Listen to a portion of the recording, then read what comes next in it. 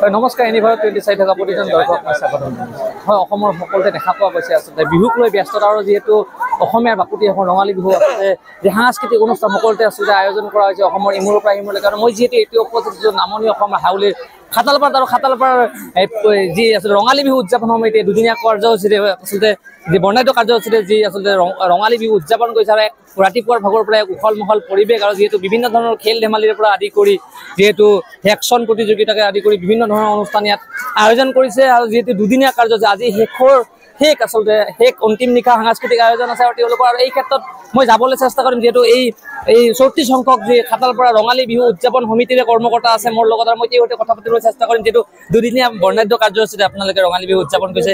কি ক'ব, কেনেকুৱা অনুভৱ? নমস্কাৰ। পোনপ্ৰথমতে অসমবাসী ৰাইজকে খাতালপাৰা ৰঙালী বিহু উদযাপনৰ ফালৰ পৰা আন্তৰিক ধন্যবাদ আৰু ৰঙালী বিহুৰ আন্তৰিক উল্লেখ জনাইছোঁ। বাপতিসাহোন এই ৰঙালী বিহুটিক আমি তিনিদিনীয়া বৰ্ণাঢ্য কাৰ্যসূচীৰে আয়োজন কৰিবলৈ লৈছোঁ। বিহু যিহেতু আমাৰ অসমীয়াৰ প্ৰাণ, বিহু যিহেতু আমাৰ গণজীৱনৰ হাঁহ, গতিকে বিহুৰ লগত সংগতি ৰাখি আমি বিভিন্ন ইয়াত প্ৰতিযোগিতা অনুষ্ঠিত কৰিছোঁ, ক্ৰীড়াৰ বিভিন্ন প্ৰতিযোগিতা অনুষ্ঠিত কৰিছোঁ, সাহিত্য সংস্কৃতি আদি বিভিন্ন প্ৰতিযোগিতা ইয়াত অনুষ্ঠিত হৈছে। আৰু আজি সেই প্ৰতিযোগীসকলে যি পুৰস্কাৰ পাইছে, আজি মুকলি সভা, বঁটা বিতৰণ, কৃষক বঁটা আৰু চণ্ডী নাৰায়ণ বঁটা প্ৰদান অনুষ্ঠিত হ'ব সন্ধিয়া 6 বজাত। আৰু এই প্ৰতিযোগীসকলক আমি এই মঞ্চতে আমি পুৰস্কাৰসমূহ বিতৰণ কৰিম।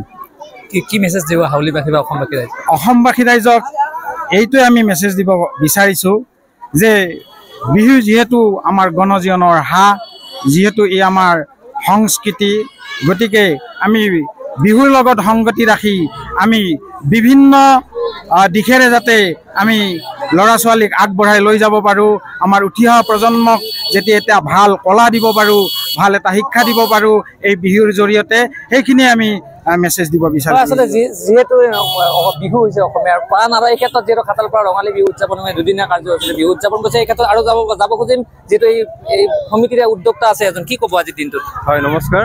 সমূহ ৰাইজকে আমি ৰঙালী বিহুৰ শুভেচ্ছা জনাইছোঁ। ইতিহাস প্ৰসিদ্ধ শ্ৰদ্ধাৰ মনোমতী উপন্যাসৰ ভেটি হাউলি নগৰৰ ওচৰতে থকা মৰা মানাহৰ পাৰি খাতালপাৰাবাসী ৰাইজ আৰু এই খাতালপাৰা ইয়াৰ পৰাই আমি সমূহ অসমবাসীক ৰঙালী বিহুৰ শুভেচ্ছা জনাই দুদিনীয়া কাৰ্যসূচীৰে আমি ইয়াতো ৰঙালী বিহু উদযাপন কৰিছিলোঁ। তাতে আজি দ্বিতীয় দিনৰ বিভিন্ন কাৰ্যসূচী, এতিয়া ভেকচন প্ৰতিযোগিতা শেষ হ'ল, আকৰ্ষণীয় আবেলিলৈকে মুকলি সভা, বঁটা বিতৰণী সভা আছে।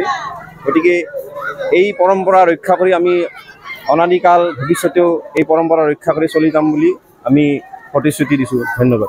মই ধন্যবাদ জ্ঞাপন কৰিছোঁ। ঋতুশ্ৰেষ্ঠ বসন্তৰ সৰ্বোত্তম উপহাৰ হৈছে ৰঙালী বিহু, আৰু দেখা পোৱা গৈছে অসমৰ চুকে কোণে আচলতে এই বিহুক লৈ ব্যস্ততা, আৰু নামনি অসমৰ হাউলিতো আচলতে খাতালপাৰা ৰঙালী বিহু উদযাপন দুদিনীয়া কাৰ্যসূচীৰে বিহু উদযাপন কৰিছে আৰু আজি অন্তিম নিশা। মোৰ কেমেৰা সহযোগীৰ সৈতে মই কৌশিক দাস, এনিভাৰত 24।